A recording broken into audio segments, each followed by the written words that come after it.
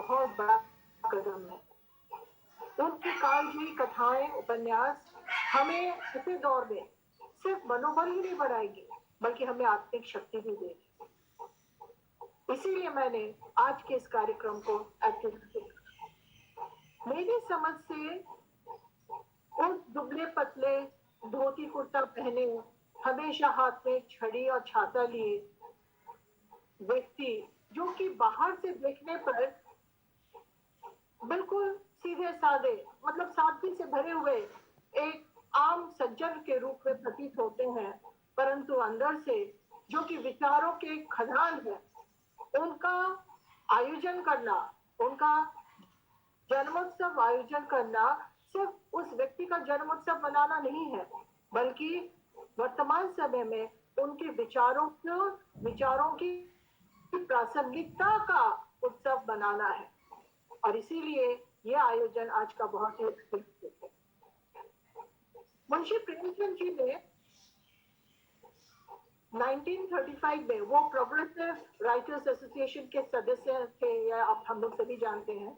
उन्होंने जब सबसे पहला मीटिंग हुआ था 1935 में, तो उसके इनॉग्रल सेशन में कुछ बातें कही थी, और उसमें उन्होंने कहा था कि वो साहित्य जो कि हमारे अंदर, जो साहित्य हमें जिज्ञासा तथा आलोचनात्मक भाव उत्पन्न न करे और न हमारी आत्मिक जरूरतों को पूरा करे, जो शक्ति प्रदान करने वाली ना हो और प्रभावशाली ना हो, जो हमारे अंदर के सौंदर्य भाव को जागृत नहीं करता, जो हमें डट कर हमें जिंदगी की कटुता से सामना नहीं कराता, ऐसे साहित्य की हमें आज आवश्यकता नहीं है।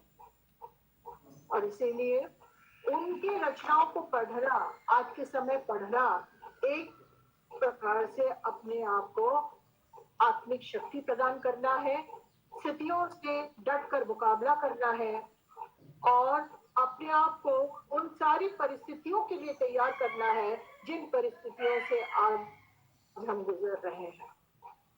कोविड-19 है, हम उससे संघर्ष कर रहे हैं, और बार बार हम लोगों से यही कहा जा रहा है, सभी नागरिकों से कहा जा रहा है कि पौष्टिक भोजन कीजिए। पौष्टिक भोजन करेंगे तो प्रतिरोधक क्षमता आपकी बढ़ेगी, आप इस वायरस का मुकाबला कर पाएंगे।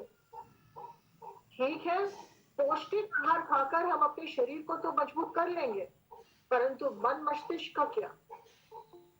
मन मस्तिष्क हम सभी जानते हैं, मन जब तक स्वस्थ नहीं रहेगा तो वो मस्तिष्क से भरपूर कल्याणकारी कार्य किसी रूप में नहीं करवा सकता। इसीलिए एक शब्द बना है मनोरंजन, मन का रंजन करना, जो कि साहित्य करता है। यानी कि ऐसे समय में, जिस समय मायूसी हमें चारों तरफ से घेरी हुई है, ऐसे समय में प्रेमचंद जैसे शख्सियत के विचार, उनकी रचनाएं, उसकी प्रासंगिकता और ज्यादा बढ़ जाती है, बहुत बढ़ जाती है, क्योंकि उन्होंने अपने कथाओं से उन मानवीय संवेदनाओं, उस समय जूझ रहे लोगों की परिस्थिति, किस तरीके से उन्होंने अपने आप को उस स्थिति से निकाला, ये सारी एक एक चीजें उन्होंने अपने कथाओं में, अपनी कहानियों में, अपने उपन्यासों में उन्होंने पिरोया है। सूदखोर महाजन हो, किसानों की कभी माफ ना होने वाले कर्ज हो, महिलाओं की स्थिति हो, भाईचारे की बात हो, किसानों की स्थितियां हो, भारतीय संस्कृति हो, उस जमाने में जब वो लिखते थे, अब आप सोच लीजिए, कथा सम्राट और नवाब राय और मुंशी प्रेमचंद्र, कई सारे नाम। नवाब राय का नाम तब लिया था जब अंग्रेजों ने उनके कहानियों को अपनी कस्टडी में ले लिया था। उनको कह दिया था कि आपकी कहानियां तो सेडिशन, आपकी कहानियां तो लोगों को बरगला रही हैं। बरगला रही है कैसे? उनमें आंदोलन के भाव पैदा करती है। ऐसे 20वीं शताब्दी में जिस समय मुंशी प्रेमचंद्र लिख रहे थे, उनकी कहानियों का महत्व जितना तब था, आज 21वीं शताब्दी के शुरुआती दौर में भी उनकी कहानियों का प्रासंगिकता, महत्व लेश मात्र भी कम नहीं हुआ है। उन्होंने उस जमाने में जो ब्रिटिशर्स का समय था, पूरी तरीके से हम ब्रिटिश के मतलब वो अपने पीक में थे ब्रिटिशर्स। उस जमाने में अपनी लेखनी से लोगों के मन में उम्मीद की ज्वाला, उम्मीद का किरण जगाए रखा कि नहीं, ऐसा नहीं है कि हम गुलामी में ही रहेंगे। ऐसा समय जरूर आएगा जबकि हम गुलामी की बेड़ियों को तोड़कर बाहर निकल पाएंगे। ये थी उनके कलम की ताकत। और ब्रिटिशर्स लोगों ने जब देखा कि ये व्यक्ति तो अपने अपनी जगह पे रह के हर जहां ना पहुंचे रवि वहां पहुंचे कवि, हर जगह हर घर घर में पहुंच जा रहा है, लोग उसकी बात को विश्वास करके उस राह पे चल पड़ रहे हैं, तब उनकी कहानियों पे रोक लगा दिए गए। तब उन्होंने नवाब राय का नाम फिर से बदल कर मुंशी प्रेमचंद का नाम दिया।